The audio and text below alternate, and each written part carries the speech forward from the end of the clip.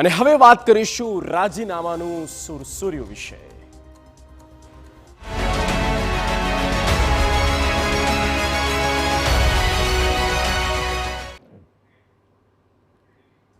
એક તરફ જનતાના મુદ્દાઓ અને બીજી તરફ નેતાઓની વ્યક્તિગત શાખ। લોકશાહીમાં જનતાના મુદ્દા સર્વોપરી હોય છે, પણ આ બદલાતા સમયમાં લાગે છે કે ચૂંટાયેલા નેતાઓ શાબ્દિક ટકટકમાં જનતાને પાછળ મૂકીને પોતાને સર્વોપરી દેખાડવાની હોડમાં લાગી જતા હોય છે। અને આવું ગુજરાતે પણ જોયું। નેતાઓ વચ્ચે મોરબીથી ગાંધીનગર સુધી એવો હાઈ વોલ્ટેજ ઘટનાક્રમ સર્જાયો કે આગળ શું થશે તેની ક્લાઇમેક્સ આવે તે પહેલા આવી ગયો મોટો વળાંક।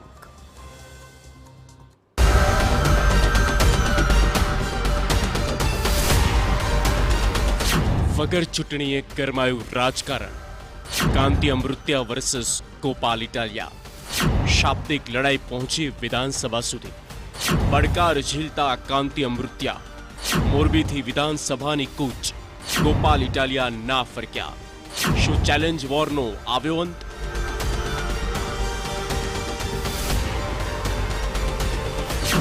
મોરબીમાં ખરાબ રસ્તા અને પાણી ભરાવાની સમસ્યાને લઈને આ બંને નેતાઓ વચ્ચે શાબ્દિક વોર શરૂ થતા ચેલેન્જ પર ચેલેન્જનો ડ્રામા જોવા મળ્યો। કાંતિ અમૃત્યા 100 જેટલી ગાડીઓ લઈને ગાંધીનગર સચિવાલય પહોંચ્યા, જ્યાં તેઓ 12:30 વાગ્યા સુધી ગોપાલ ઇટાલિયાની રાહ જોયા બાદ રાજીનામું આપ્યા વિના વિધાનસભાથી નીકળી ગયા।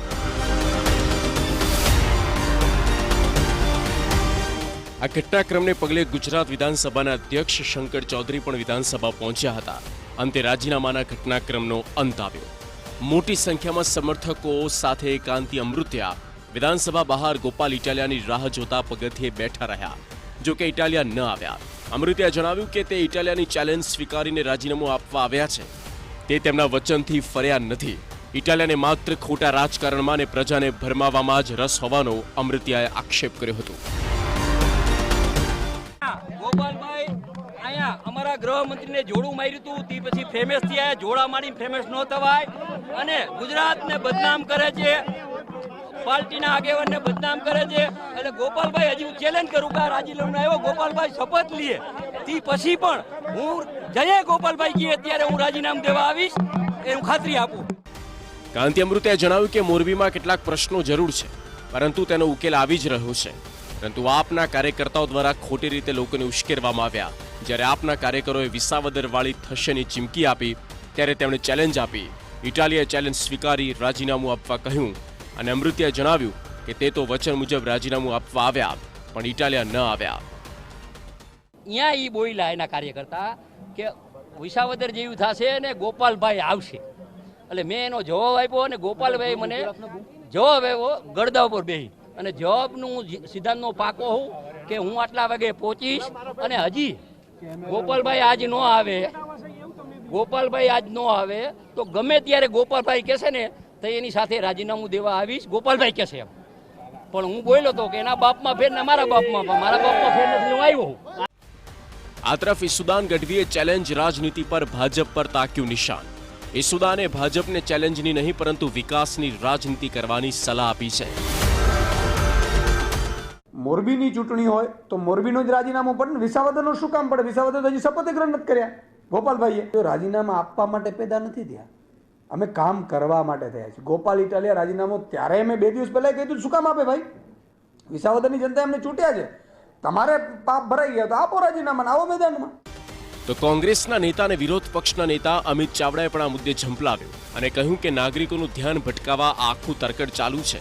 ખોટી પબ્લિસિટી મેળવવા આ ષડયંત્ર કરવામાં આવ્યું છે। સરકારની નિષ્ફળતાઓ બહાર આવી રહી છે, એના જ કારણે બંને લોકો સાથે મળીને એવું કંઈક નાટક કરે જેથી કરીને લોકોનું ધ્યાન ડાયવર્ટ થાય।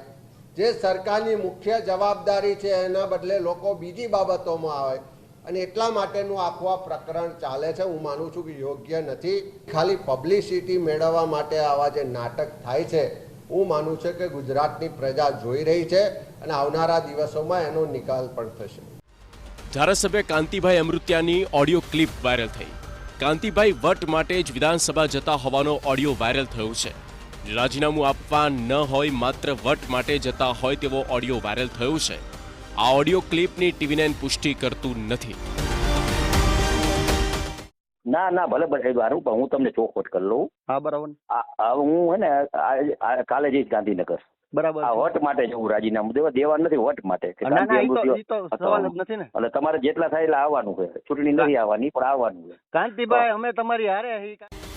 આમ ચેલેન્જ પર ચેલેન્જ આપવાના પોલિટિક્સમાં એક વાત સ્પષ્ટ છે કે જ્યાંથી આ મુદ્દાની શરૂઆત થઈ છે, જે પ્રજાને પડતી હાલાકીનો હતો, રસ્તાઓ સુધારવાનો મુદ્દો આ સ્તરે પહોંચતા મુખ્ય મુદ્દો ભટકાઈ ગયો છે અને આ વટની રાજનીતિ તરફ આવીને અટકી ગયો છે. Bureau report, TV9.